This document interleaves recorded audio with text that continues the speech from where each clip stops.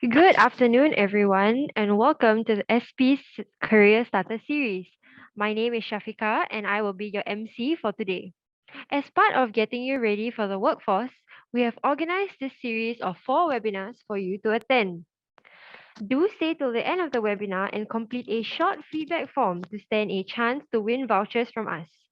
We will also be live streaming this webinar on SPAN's Facebook, so do share this around. Before we begin, here's a few words from Industry and Partnerships Director To Sekun. Welcome to SP Career Starter Series. I'm Sekun, Director from Singapore Polytechnic Department of Industry and Partnerships. My role in SP includes taking care of you, our graduates. At SP, we have prepared you to be life ready, world ready, and work ready.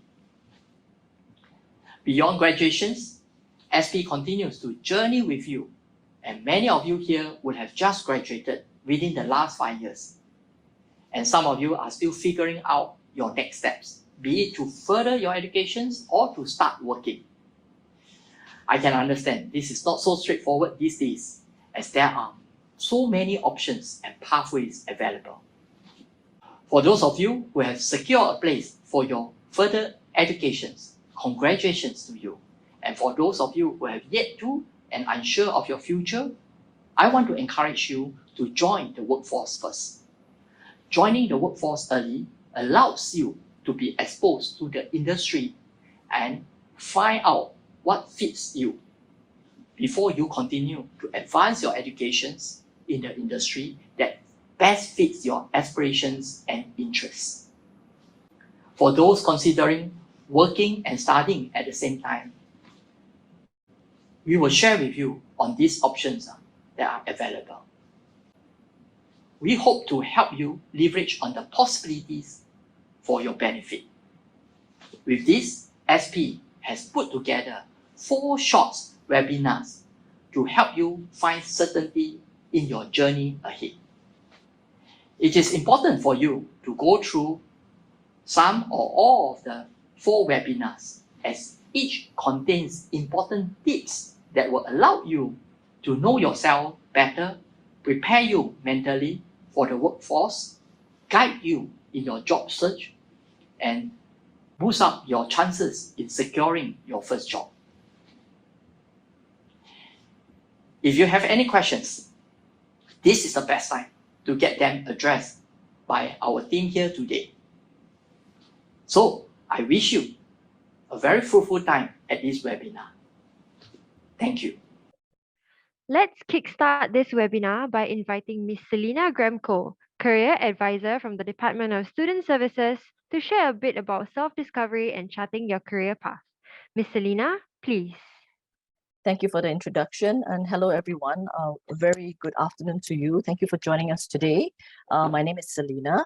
I am a career advisor as part of the Department of Student Services and the Education and Career Counseling team. Allow me to share my screen, please. So many of us, after we graduate or even in our mid-careers, we find ourselves a little bit lost as to, is this the right job I'm doing? Even when you're in school, is this the right course I'm taking? Or some of you, when you graduate, after you graduate from school, you think, I don't want to do what I studied. So then you ask yourself, what should I be doing? How am I going to think about what I want to do for my future career? Living your career, I titled this deck of slides, is because our career, it is a lifelong question mark. For some of us who are very lucky, we may find our passion early on in our career. For many of us, we do transit from one career to another. I think the first step to take in finding out what your career path is or you would like to embark on is actually knowing yourself. It's a good question to ask, who am I? And it's such a generic question. People might think, what kind of a question is this? Who am I? And what does it have to do with my career? Well, let me take you through this short webinar. And perhaps you can begin to see who you are, what you value in a workplace, what you value and what are your interests And how does your personality play into deciding what career path you should take? So we call this part of our VIPS, our values, our interests, our skills, and our personality. So let's take a look at our values. Values are what you feel that you must have in your life, what you believe in, what you feel that are important to you. For example, some of you might think making a difference in society is important. You want to start, you want to be part of the social service network. It could be as a volunteer, it could be as a social worker, it could be actually just working in a social service organization. Maybe you could be doing HR, maybe you could be doing administrative work, but you like to be part of an organization that makes a difference in this world. Some of you value creativity. Some of you value freedom in your time. Some people that I've spoken with, they like to do sales because they feel that they are flexible. They are not, just isolated in an office the entire day. A lot of us actually feel that money is a very big motivation, is a value that a lot of us have. Some of us think money is my number one value. And some of us feel, yes, it's good to earn money, but I like to find something that would, for example, make a difference in society. Some of us value power. You have very, very ambitious notions that you want to be in a position of power ultimately. Some of us value career progression. You want to have a job that will be able to let you climb, maybe climb to a position of power. And some of us value stability. I've spoken to one of the students recently, and his perception of what is stable has changed. In this example, the student wanted to be a pilot. He has always been very focused on being a pilot. So he has enrolled himself in the School of Aeronautics, the Mechanical Aeronautics School, MAE. But COVID happened, and then I think he's seen some people around him that he thought had good, stable jobs. For example, a lot of people have thought, okay, the airline industry will always be there. You always need pilots. But it was affected very badly during COVID, and that has changed his mind. Some people view having a job in the government sector as stable, but that has also changed. So is stability part of the value that you're looking for? Diversity, work-life balance, family. These are all values that people consider. So this list of values is not exhaustive. You may want to rank them as in what's most important to you and what is not so important to you. So the next thing we should look at is what are your top interests? What are the topics that you talk about very often? And what do you do in your free time? And what are you more inspired to learn? For example, some people who have been in, let's say, business school, but you are very, very interested suddenly in the IT sector, or you're in engineering and you're very interested in IT. You spend a lot of time learning about coding and things like that. So what are you inspired to learn more of? What kind of tasks do you enjoy doing? And your interests are important to motivate you to go to work every day, to do better in your job. And personality plays a huge role in identifying what is a good career path for you. So some of us are outgoing and sociable, and we need an environment that is fun, that that you are able to communicate with people, that you're able to do different communications with different divisions, for example. Some of us are reserved, introspective. We like to work in silos. We like to work by ourselves in an isolated place. For example, in a lab, where you're just doing your own thing. Some of us are idealistic and theoretical. We feel like everything should go according to what a theory says, all factual and realistic. So these are some of the perspectives that you can actually consider when you are trying to know yourself. What is your personality? And your personality will definitely affect your decision planning style. Are you objective? Are you empathetic and sentimental? Do you like to be flexible and spontaneous? So, for example, if you're empathetic and sentimental, maybe maybe you could work in area of social services. If you're flexible and spontaneous, you could do jobs that are like property management or property sales, or you could do anything to do with sales or business development.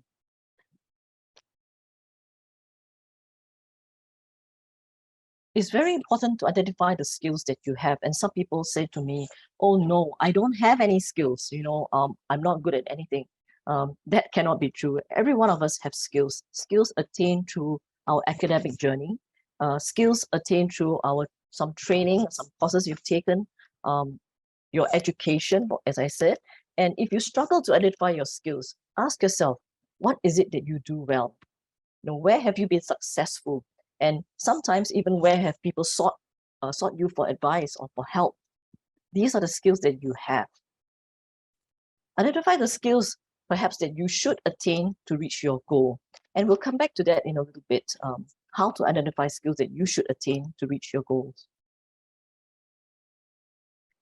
So I want to talk a little bit about this gentleman. His name is Dr. John Holland. He came up with a career theory that your personality type, your VIPS, should be compatible to your work environment.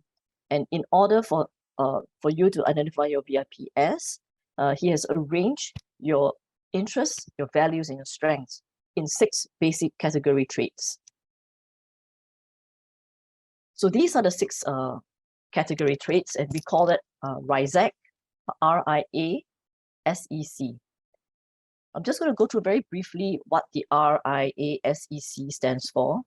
So the realistic people, they are the doers. They like to take action. And the investigative people, they like to think. They like to, look at a picture, see how it works, things like that. The artistic people, of course, are self-explanatory. They are the creators, the musicians, people who like to write, the actors, the singers. And then we have the social, the S, are the people who actually like to help in society. The enterprising are people who like to start their own business. They like to do sales. They like to persuade. And the conventional, the people who like to organize. So I've just put down a few character traits for each of the traits here. So do feel free to take a screenshot.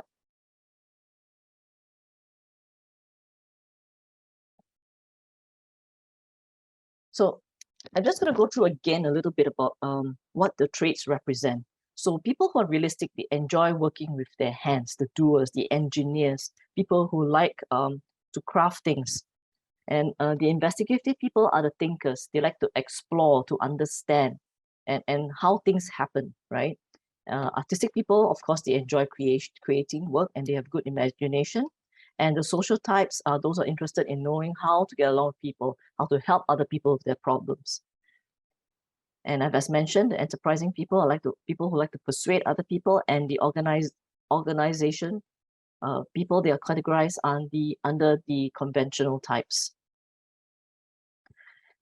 So then you ask, how do I know which category or which traits I have?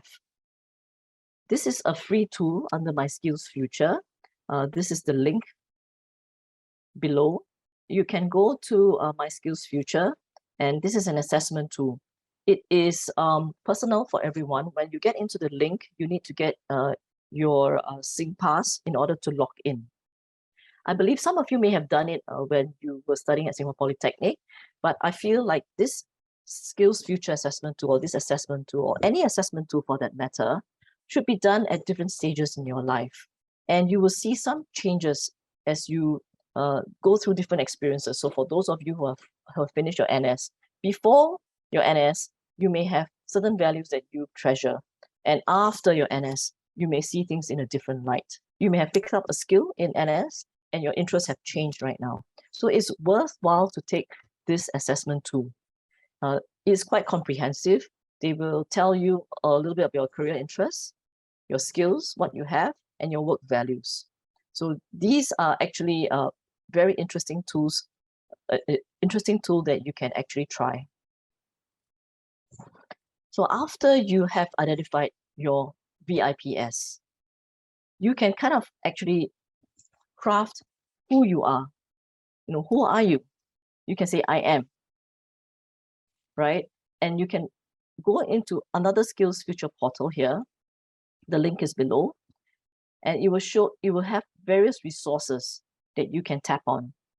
You need to know, after you know who you are, you need to do some research. What are the industry insights? In this resource, they can tell you what is the upcoming industry. So for an industry that you may be interested to go in, they can show you what kind of roles are there, what is expected, what kind of skills you need to have. These are all research that is very important for you to do.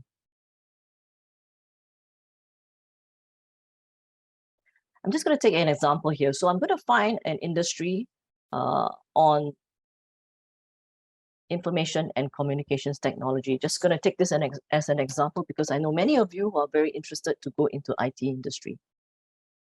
So this is what you'll get when you go into the My Skills Future industry landscape. So there are various industries here. They have healthcare, human resource, hotels and accommodation, insurance, legal, landscape. So for this example, we're going to do the IT industry. So once you click into that, you can go, this is what you're going to come up with. They tell you the background, facts and figures, and do read that. You know a little bit more, and you know the information will be there. It would be good for you to know a bit more before you actually want to embark upon it. And after you say find out more, then this is what's going to come up with. So for example, in this example, they'll tell you there are 4 key frontiers in technology capabilities that Singapore will be developing. And that is translated into where you see more jobs, okay?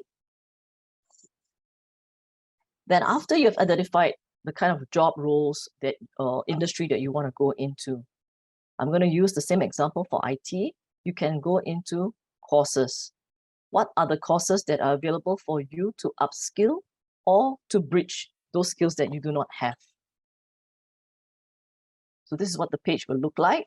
There are many, many, many courses. And for those of you who are of age, you can actually tap on your Skills Future fund. So just to summarize, you know, to chart your career path, you have to determine your VIPS, who you are, what is your ultimate goal. Have 3 options in terms of industry, in terms of job roles. How are you going to achieve those options? What information do you have?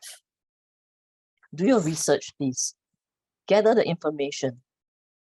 What are your ideas before you do your planning? And then when you have done all that, what actions should you take next? Please do check on the job requirements. You can go into the various employment websites, find the jobs according to your options, and read what are the requirements. Do you have any transferable skills? Do you have skills that you need to attain? What are the courses that you can take in order to attain those skills? Take some action. Enroll in those courses that are relevant. When you feel confident that you have bridged those gaps in those skills that you need to attain, then you can start applying for jobs. And you know, my colleague, Mr. Johandi, he will be covering on how to apply for jobs in the following webinar on the 5th of October in terms of how you craft your resume in order to sell yourself, as well as your interview skills in order to reach your ultimate goal. So know what you're looking for and who you are. That is the first step. Narrow down your skills, identify your skill gaps. Keep an open mind. Don't restrict yourself to jobs directly related to only your specialization. There are so many options available these days, so do look around. The best way is to go into the job portals. Just try and find as many jobs as possible, and then you get to understand what employers are looking for. What are the requirements? What is the job description? Is this something that you want to do? Because many of us have perception on what a job entails. Research into the various growth sectors and the different types of jobs that could match your skills. We all have skills. We all have transferable skills that can prepare us for roles outside of our specialization or into the career path that we are actually looking to embark in. And when you look at your career, try to look at it in a long-term view, right? How can the role that you're trying to go, your next step, build on your knowledge and capabilities? I like to say, to recommend that we all have a career diary, right? A planner. And this career diary you can keep with you throughout your life. It can be on a Google sheet, it can be on a PowerPoint presentation. I like to use PowerPoint because whatever information I find, I take a screenshot. Let's say I find a job advertisement, take a screenshot, I put it on just cut and paste. It doesn't have to be fancy as long as you can understand it. Or you can cut and paste links, because in this career diary, you can always fall back on it throughout your career path. So create a career diary. I recommend it really strongly. Know your values, interests, your personality, and your skills. Research the organizations and the job opportunities out there, and also the industry, what the industry is offering. Identify the skills that you need to reach your goals, or the skills that you have that you can transfer. Present yourself. What kind of resume you need in order to apply for that job. So resumes have to be customized for each job that you apply for, and that will be covered more on the 5th of October. Have etiquette in terms of networking. I think etiquette goes a long way, and it's such an undervalued thing. Etiquette goes through, it covers all genres. When you are, speaking to someone, when you are trying to network, etiquette can be an online etiquette. It can be personal etiquette. So that will be also covered on the 5th. So if you all have, if you like for us to explore more with you, please do send us an email to GradPrep. Some of the particulars here that are listed, so that we can understand more on how to help you. After you send us an email, we will be in touch within 3 days. I'll just leave this here for a little bit more. Be found on the SP website under Education and Career Counseling, and under Job Opportunities. I urge you all to keep going. Don't give up. You've got this. And, I think if you take a step-by-step way in charting your career path, you will find more clarity. I thank you all for listening in on this webinar. And if there are any questions, please feel free to ask. Thank you. Thank you, Miss Selena, for that wonderful sharing. I'm sure everyone has benefited from it. If you guys have any questions, we do have a Q&A panel for you to ask questions.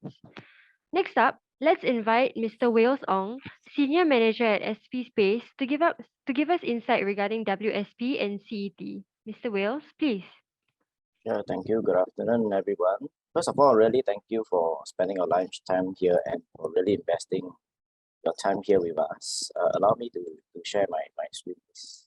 Okay, so just a very quick introduction about myself and PACE Academy. So I am currently taking care of the placement related kind of program.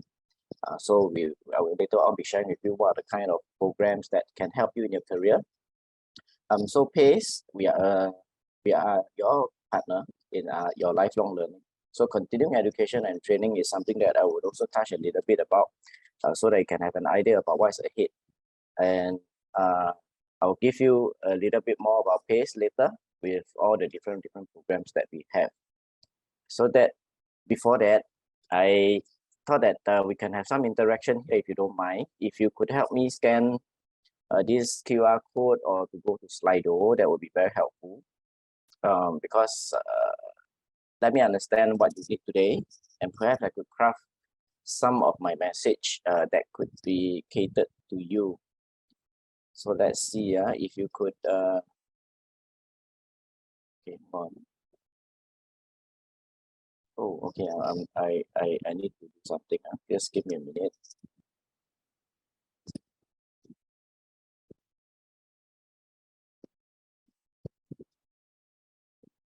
Oh, okay. I can see your response. I'm trying to figure out the the screen share. Let me see whether I can try this to see if it will read my screen. Okay. Wait, I need to hide it somewhere. Okay, let me minimize this. Okay, you should be able to see. Okay. If you don't mind to respond, that would be great.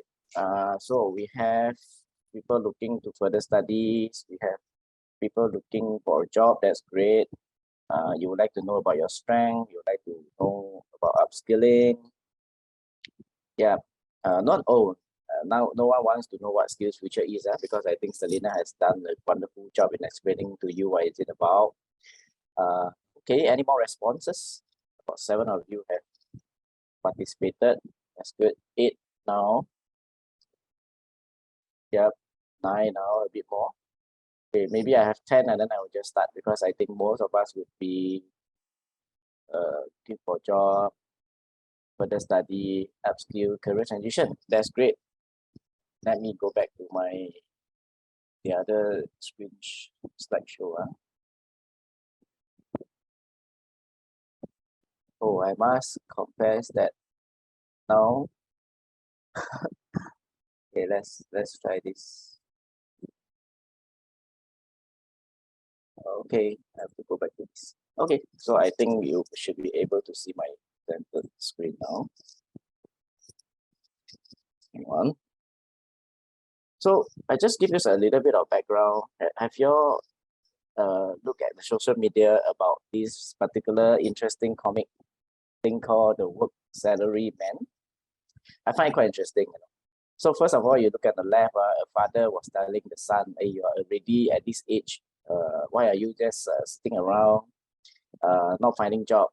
So, they say that your life is good because you got internet, you got aircon, got everything. You don't need to work hard anymore.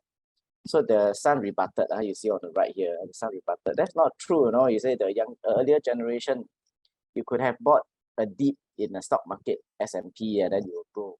Now you have a lot of money. Cars are cheaper than, housing are cheaper than, and so on. So there's continuous debate between the generation, right? And then what am I trying to say here is environment is ever changing. It's very different. Every generation we will have our own struggles, right? Our parents will have their own struggles. Our grandparents will have own struggles. Our children in future will have our own struggles. So now the big question mark to all of us is, how do we then survive this? Or how do we then get through this, right? So let's go to the next slide. So what is it for us now? Career. Business owners still don't quite hire people without experience. True. Business owners don't quite like if you are a fresh graduate from somewhere, that they find it not relevant. True. Business owner think that, graduates of a certain courses not attractive to me. These are all true, right? Around surrounding us. And then when you progress in your work, let's take a look at the second picture. The reality and the expectation. Well, we thought that, even for a couple of years, maybe I can get promoted, I can get more money, I can get my house done, I can get married and all that. But is it really the truth? Not quite, right? Sometimes you'll just be stagnant of a certain status. That's it, Then what happened to us? And then let's just take a look at this one. World is shifting, right? Today we have war happening, we have pandemic happening, we have viruses around, and we have structural problem all over the place. Food scarcity, sustainability, and the list goes on. So are we living in a very terrible and scary world? And then so how then as an individual can we be prepared for it? Let's have a discussion about this. So then why is lifelong learning important?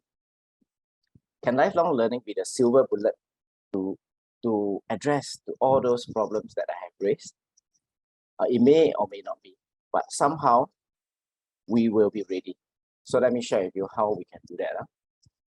So first of all, I think Miss Selena, she shared very broadly about BIPS, and I think it's important. You would have gone through it in your ECG lessons, and it's a very good reminder for you to really know what you want in your life first, because the world will change. The world will not change, will not stop changing because we don't change, and therefore we have to change. And therefore, we have to know what we can offer to this world. So spend some time with yourself. and then discover what you want for this lifetime. I'm not just saying that at the next milestone, your career, and that's it. You will have to plan a little bit further for yourself, because lifelong learning at different stages, you're going to assess what's happening to the world now, what's happening to the market now, and where am I fitting in, where I have the skills to meet what is in this big environment.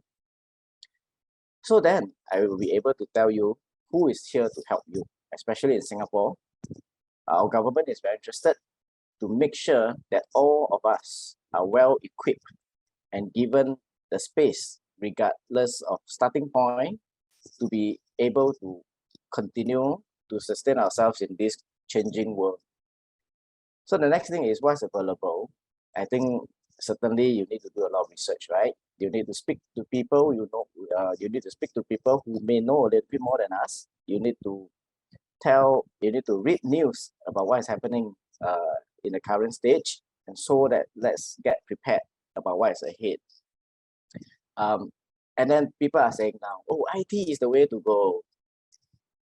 Let me share with you my personal story. When I was a student like you in a polytechnic, a lot of people say chemical engineering is the way to go because Singapore started Jurong Island. It is true at a point, but is it true forever?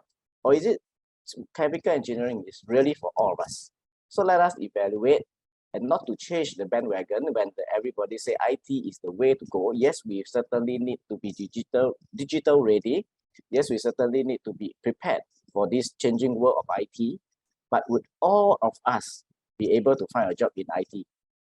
Or would there be any other jobs that we can throw our strength in? And then that's something that we want to discover, right? So where do we, most of us, find opportunities? So a lot of saying is, in fact, we do mid-career transition, and a lot of time we need to know people to be referred to a particular job. So if you see any job advertisement that has been advertised, half the time there'll be a lot of applicants, and then how do we stand out from there? And that is something that you might want to consider attending the next session by Mr. Johandi, right?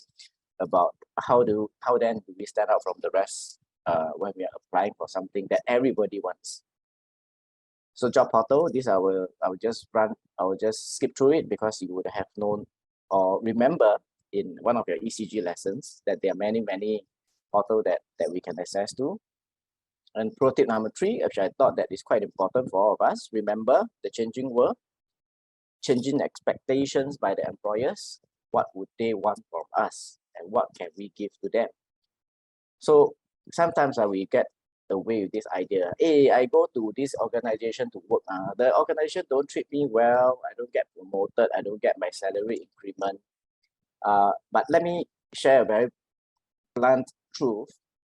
We, as in my perspective, we are paid to solve the problems for the organization, not the other way around anymore. It's unlike in the past where you hear stories where an employer will get somebody on board and then take care of this person's careers for the rest of the life. But today we have topics such as quiet quitter. Okay, we'll do what we can, and then expect the best from what the organization can give us, right? So usually it's the very traditional kind of thing lah. Don't ask what the organization can do for us, ask what we can do for the organization. So that way, I think personally we'll grow, professionally we also grow. Then, especially the first liner here, if I could draw your attention. So if you could rank attitude, experience, and skills, what would the employers really look at when they employ somebody? The straightforward answer, with all the experiences that I've gathered from all the career advisors, career education guidance, and all that as practitioner, number 1 is certainly the attitude that the employers will look at. Everyone is trainable, everyone is teachable, but the person must allow this space to happen. The person must allow to be trained, the person must allow employers and himself or herself to go and receive training to do the job. Because skills can be learned, right? But attitude is the most difficult to change. Experience, yes, we do want this person to have experience, but you can still obtain experience over time. Yeah, so I will not go very deep into this, but this is basically the statistic that we're looking at. Employers are not just looking at your academic qualification. So today, if you walk with us and say, hey, I got a GPA 3.8, I got a GPA 4. Sorry, it doesn't really mean a lot, except that if you could demonstrate your ability to want to progress and want to grow professionally and personally. So next, I really encourage you to do this. And I think the network here is very good, because if you could have a personalized one-to-one session with the career advisors, please do so before you exit the system, or when you exit the system and you realize that after NS, you're still figuring out what's happening, please come back to us, because only through conversation, you will be able to know more about yourself. And really, our career advisors, they are equipped with tools to help you to discover. So don't need to do this alone. That's what I can say. It's important to chart a lifetime, but is it possible? Actually, it's very tough. Today, I'm past 40. I also am trying to figure out what I'm going to do, because the world is changing so fast that at the moment, if I still have a job, I consider, okay, fair enough, but can my job be sustained for the next 10 years? I don't think so, and I doubt so, because if I don't evolve and I don't go for skills future, and I don't retrain myself in skills that is needed 5 years down the road or 10 years down the road, same here, Wheels On, like every one of us here, will be obsolete from the market, and is fast. And therefore, I myself have to speak to coaches that I trust, and then I also seek advice on what I can do. And this is real. I'm not just trying to tell you because I want you to do that. But if you want to do that, yes, I will really be happy for you. But if you could listen to this Ape speaking, I also do have coach that I speak to.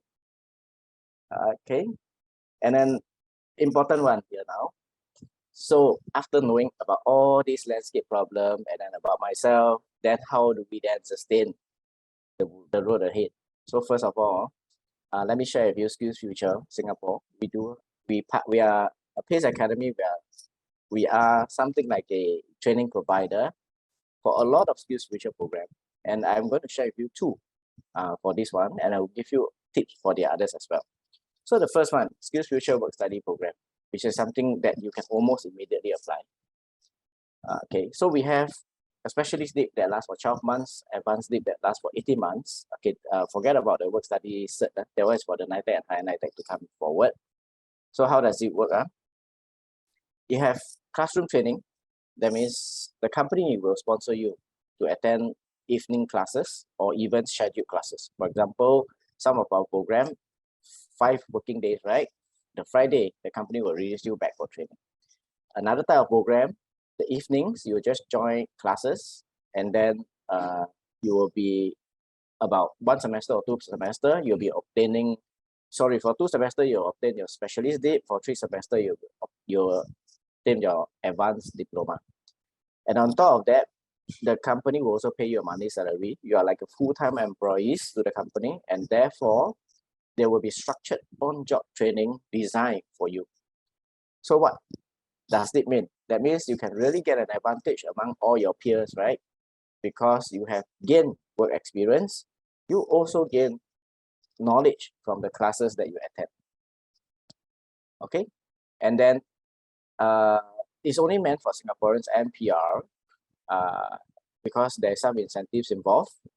Which of you who is placed successfully to a participating company, you'll receive $5,000 as a sign-on incentive. You'll be paid in 2 tranches. That means when you start the program, you'll be paid 2,500. When you end, you'll paid another 2,500.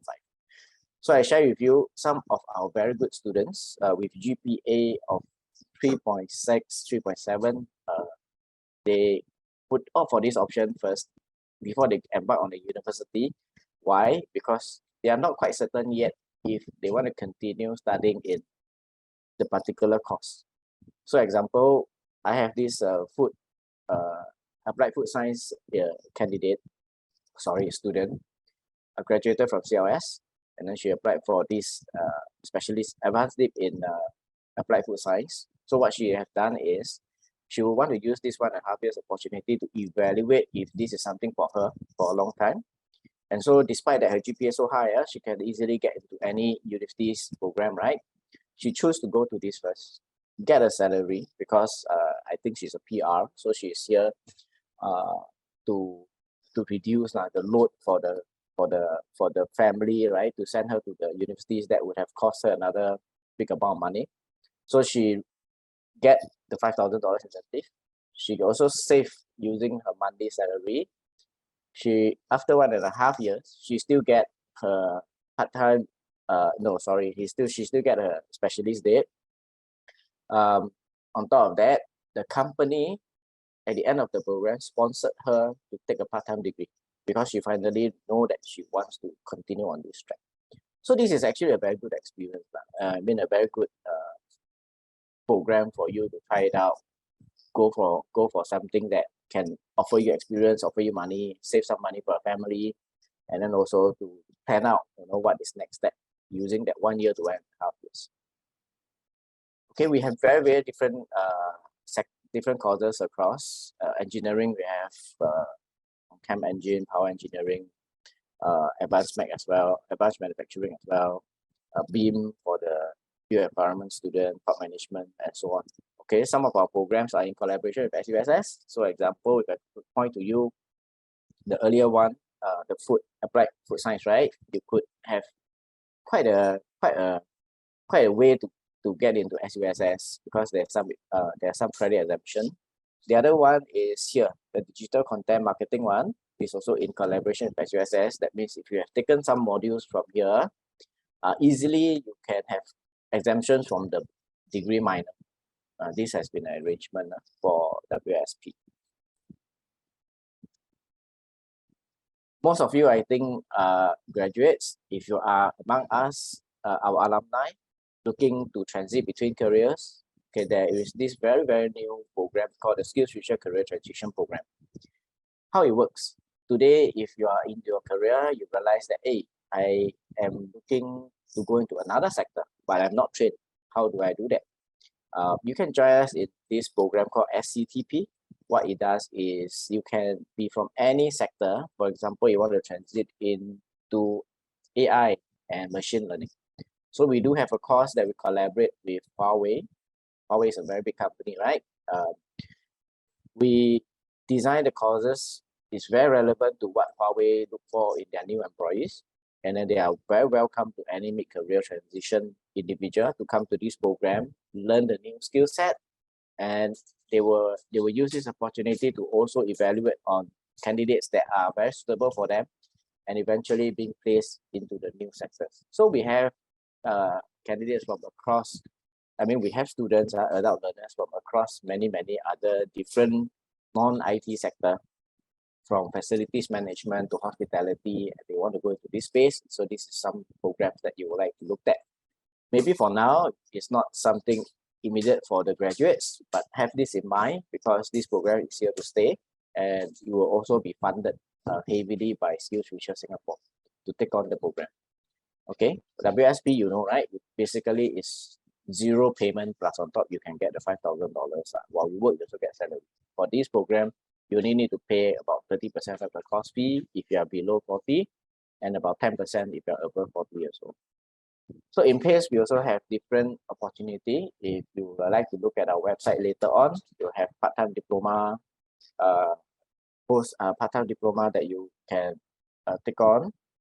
You can have module courses. We do have short courses here with some of them with something like certification that can qualify you to do some to do work in the areas like those, like the licensed electrician type, or even the environmental control officer. So all these are short courses that you can take that give you credentials that you can apply for jobs that is quite in demand now. We also have online courses. If you could take a look at the website, then there will be more information there. Okay, so maybe one last thing for us to talk about for you to also help you make some decision.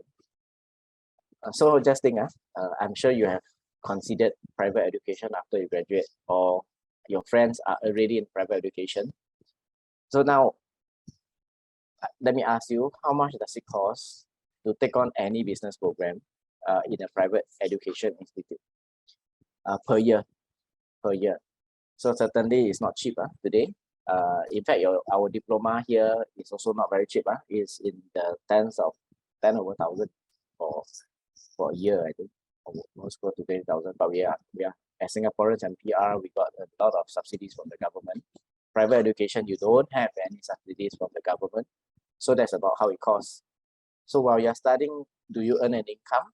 Not quite, right? You've got to study full time, although it's like they tell you that private degree is 2 years or even 1.5 years, right? But those are opportunity costs that possibly won't be able to gain experience working. At the same time, you don't have monthly salary. And then would it guarantee an employment? So after this, I'm going to share with you a real stats that we have. And you figure out, is this something that you consider? So would you have a good career progression after getting a private degree? Some of us do, but not. Maybe some of us don't. So it depends. And if you could have a chance to earn and you learn, I'm just going to sound my poem again for work study program. Would you rather do that? Okay, and not forgetting that later on, maybe the company will still sponsor you for more recognized part-time degree program from the local university. Yeah, the earlier example that I shared with you, the food science one, she's doing a part-time degree in US. So this is something real that I'm going to share with you. So for private education institute, every year they have to do this graduate employment survey. It's by mandatory to upkeep their license by the Council of Private Education. So if I could point you here, only 46.4% found full-time employment after they graduate. Is this scary? Yeah, to me, yes. That means only 4 or 5 out of one whole cohort of private education student found a job. And how much do they pay? Median is about close to 3,000, 2,009. So that is after degree, after a few years of study, after paying a full fee for the private education. That's about the amount that they make. And let's take a look at work study. Work study, is already placed and trained. So definitely, if you choose to stay with the company will retain you. So placed, that means you are something like already a full-time employee in the company, unless you don't want, or you want to break after the specialist or advanced dip. Sure, you can do that. Then you resign from it. If you don't, you see we have about 74.6%. There's about close to 7 or 8 of them out of 10 still continue to have a job. And what is the median salary? 2,641. Not forgetting that before that they already draw a lot of monthly salary plus the 5,000 incentives. So if I could bring your attention to this 2,641 versus 2,981. How much is the difference? I'm not very good in mathematics, but you can tell. So if I have a degree and I have an advanced and specialist dip, then the salary also not very far. Okay, so if you could read, WSP certainly have a better employment outcome. You draw salary relatively closer to PEIs as a private education institute graduates. And not forgetting, you draw a monthly salary already, you receive a sign on incentives, and your course fee is paid. So basically, it's a free education plus free work experience that you have gotten from our participating company. And our participating companies are good. We have companies like NCS, Intel, and even like Mondelez that do the Cadbury chocolates and all that. So we do have very, very reputable company, not just any other small business, any other small SMEs, small medium enterprise. Okay, if I could ask that if you want to learn a little bit more about work study, please scan this QR code. We just want some particulars from you. After this event, I would call you for a chat. Okay, I will leave this for 5 seconds. You just have your particular here, and maybe I can have a chat with you, or we can work with the career advisors and have a short session to work out a plan together with you. And that plan is yours, not ours. So finally, we'll keep this Q&A for later. You can also type into the chat. I see some question there, but I'm not able to see yet, so I'll get to look at it. And these two QR code, if you would like to know more information, you may do three things. One, you can type in sp.edu.sg/PACE, or our lifelong learning, our lifelong kind of like continuing education training, CET in short, programs are there. You can take a look, or you can scan this QR code. On the left is a work study program, on the right is career transition. Okay, that's all I have for you, and I will pass my time back to the MC. Thank you, Mr. Wales, for that lovely insight on WSP and CET. Now, I can see that some of you have questions to be addressed. There will be a Q&A session at the end, so do keep a lookout for that. I would now like to invite Mr. Lee Ewan, Assistant Manager at the Department of Industry and Partnership, to share with us about the upcoming Graduate Employment Survey and what to expect from this. Hello everyone, my name is Ewan.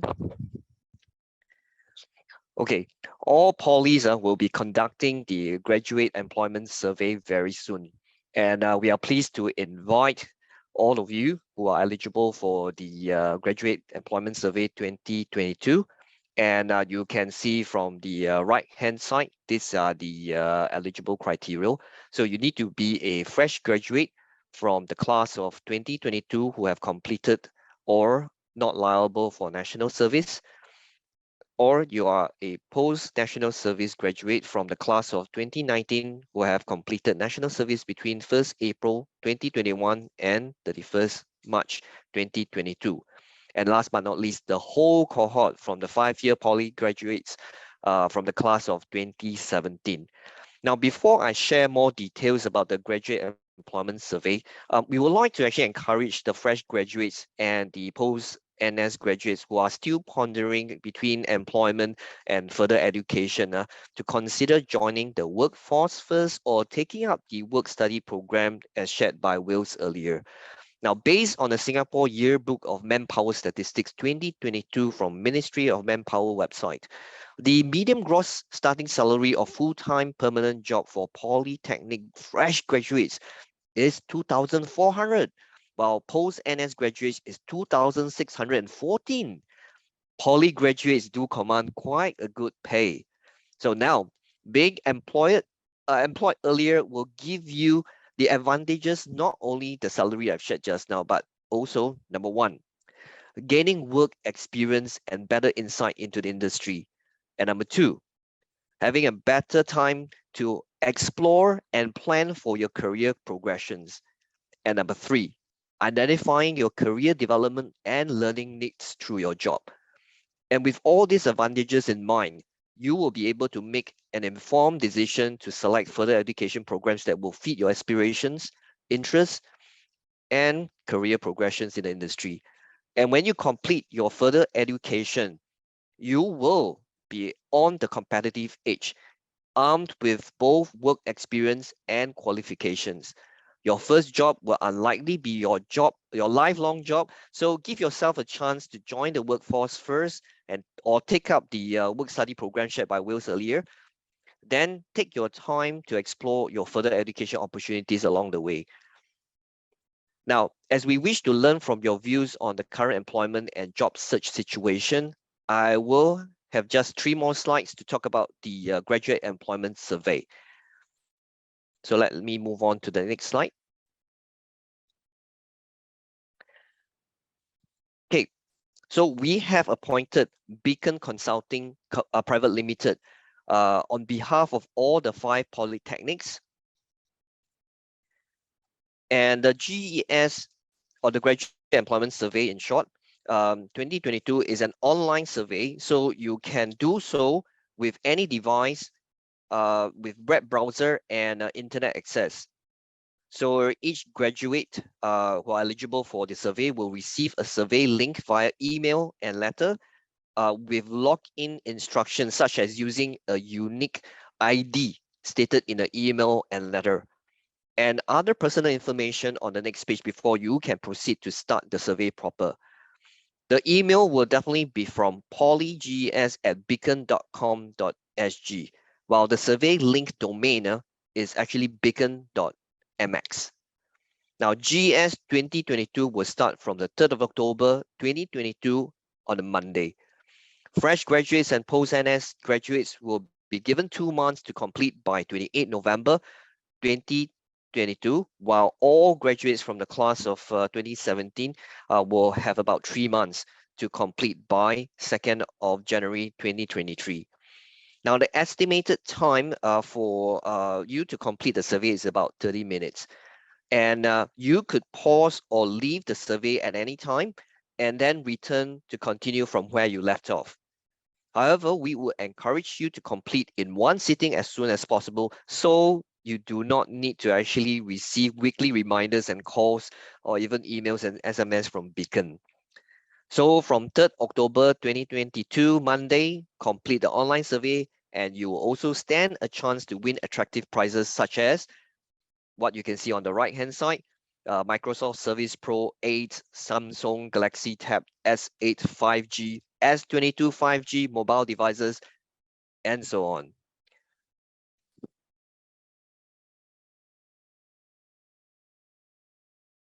Okay, I'll give you a bit more details about the survey. Survey login requirements. You will need to key in an 8-character unique ID in the first login page. And then in the next page, you will require to key in some personal information before you could proceed to the survey proper. Now, for more information on the GS 2022 survey, you may refer to the URL address as shown on the screen, https://gs.polytechnic.edu.sg. Now, suppose you encounter any GES related issues such as access on the online survey form, please contact GES hotline at this number 6873-9768 from 9 a.m. to 6 p.m. Monday to Friday, basically weekends. Or you can email anytime to polygs@beacon.com.sg and they will get back to you within 3 days. Now, all data collected through the appointed agency, which is Beacon Consulting Private Limited, will be kept strictly confidential.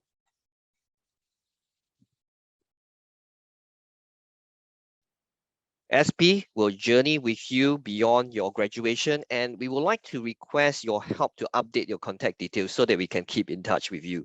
So please access the websites as shown here, https://industry.sp.edu.sg/span, and scroll to the section as shown on the screen and click on the update button. Do follow the instructions on the web page and update your contact details. We have come to the end of the presentation. Your response is important to us, and do share about the information that we need from your graduation, from the graduate employment survey, and do share with your peers about this. And we look forward to receive your response from 3rd October onwards. And thank you so much for watching this segment of the seminar. Thank you. Thank you, Mr. Ewan. Let us now address some of your burning questions for our fellow panelists. Okay, we have some questions in the Q&A panel right now. Someone asked, what if I just graduated, but I don't want to pursue the discipline of my diploma? They want to go into a different industry. Maybe Mr. Wales can answer this question. Hi, sure. So, what if I graduated but I don't want to pursue the discipline of my diploma, right? Okay, so work study program certainly, I mean, it is rightfully going from what we call the feeder courses. That means, for example, if you try to go and further your education in power engineering, you would have to have some prerequisite. That means you would have to have a diploma that is of engineering related. Why is it so? It's because it's a specialist diploma program. Then or advanced diploma program, you have to have some knowledge prior. But if you could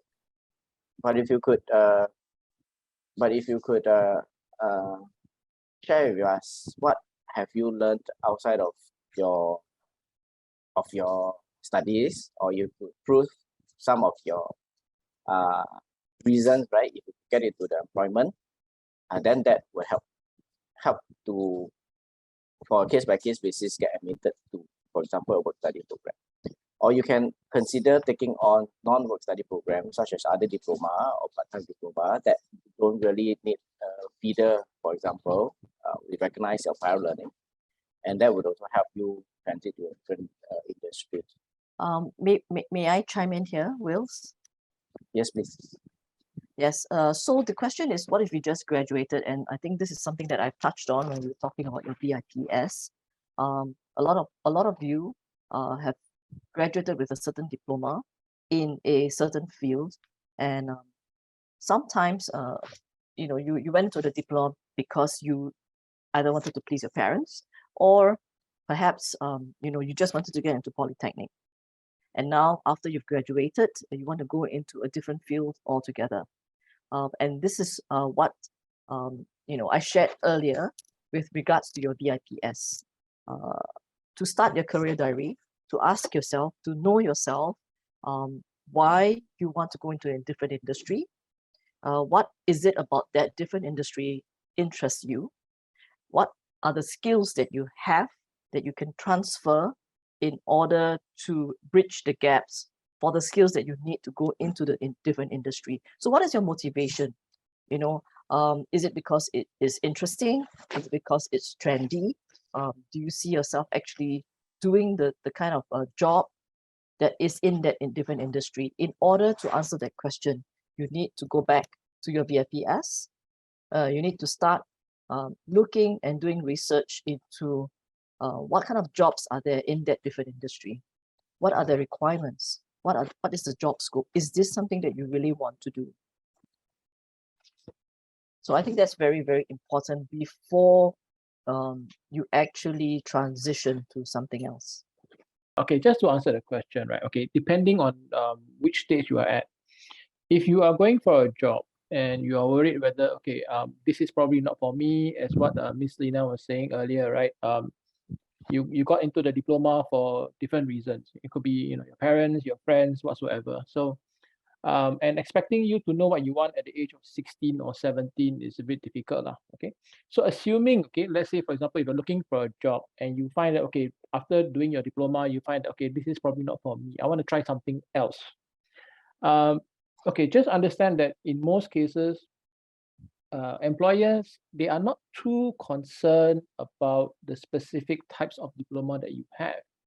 As long as you have a diploma, in most cases, okay, right? Not all of them, but in most cases, as long as you have a diploma, it just shows that you are someone who is able to study, someone who's able to have some form of qualification. But most importantly, right, whatever job that you think that you are going for, make sure that it is something that you like, something that you're willing to go for, something that is of your interest.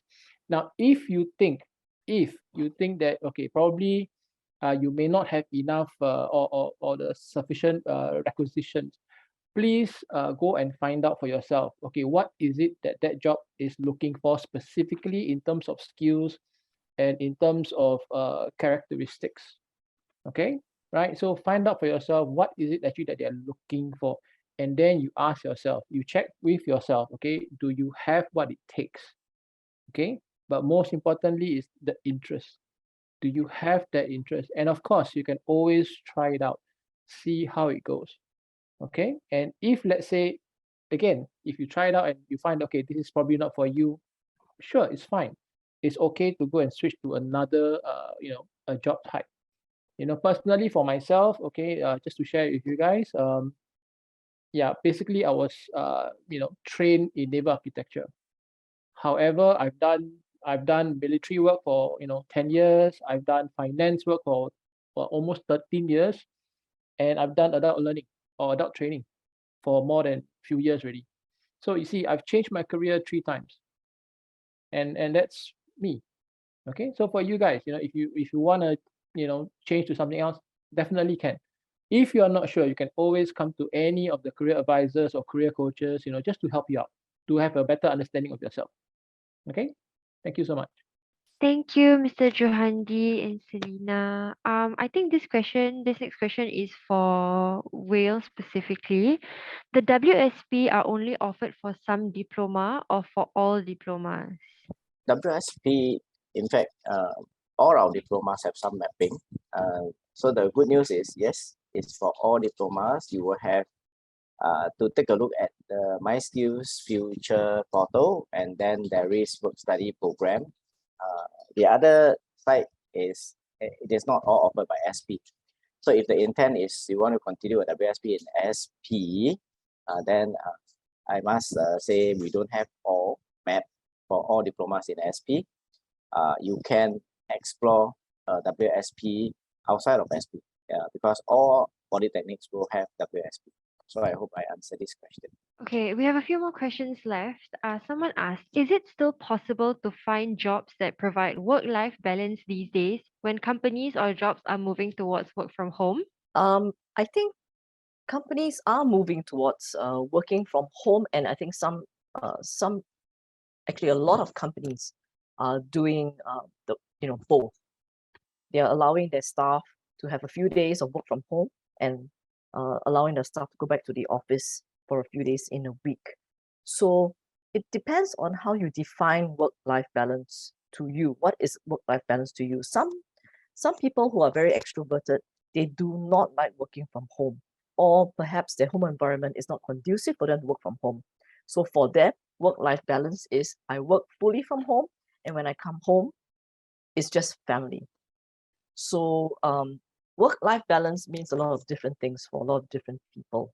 For me, work-life balance means I have the flexibility to work from home some days, and I have the flexibility to go back to the office some days.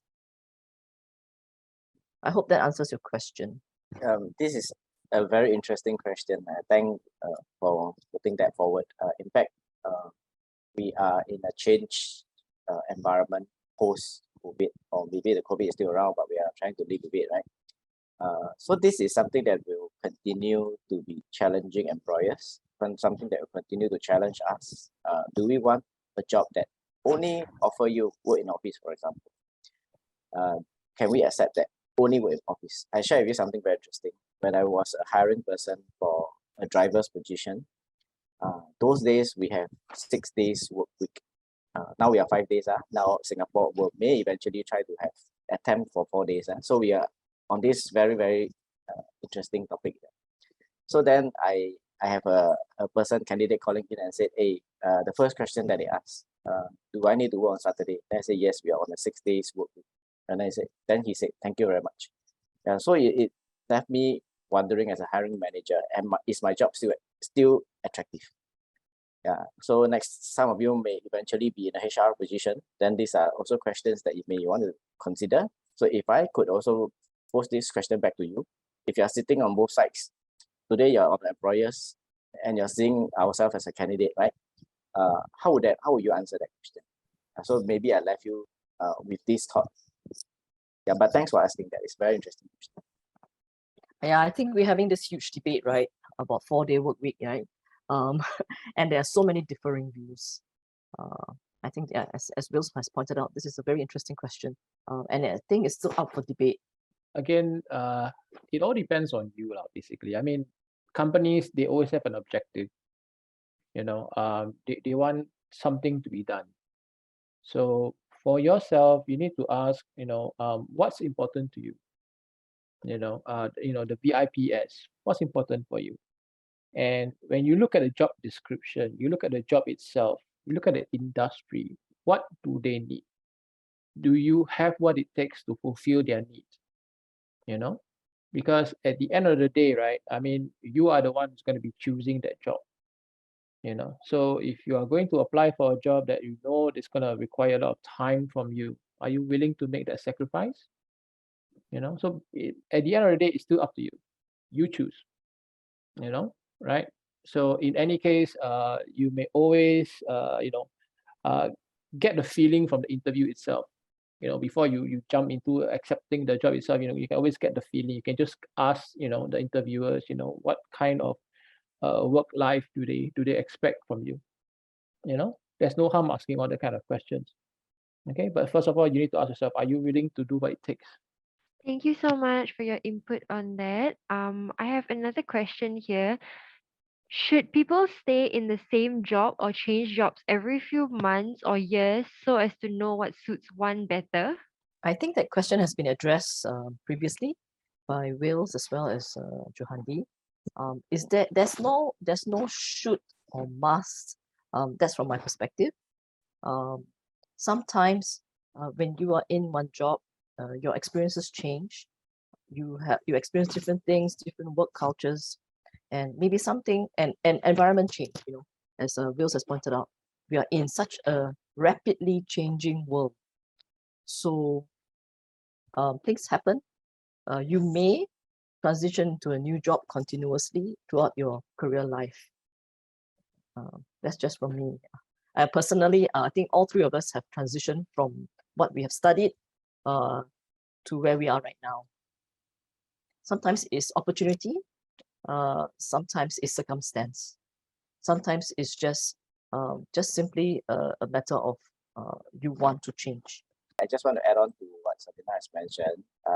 Maybe pay a little bit more attention to this word called few months. I would personally strongly discourage that few months and then change.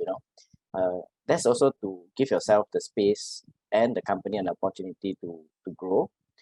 Because a few months, right, you could short change yourself as well. So decently, I think if really can, okay, like if you really cannot tahan and you think that's not your cup of tea, then I think the few months start lah. But then we have a way not to put it into your resume. So speak to the career advisors when you need some help there. If it really cannot tahan type, okay, then no choice lah. There's a few months start lah. But does it form your trajectory?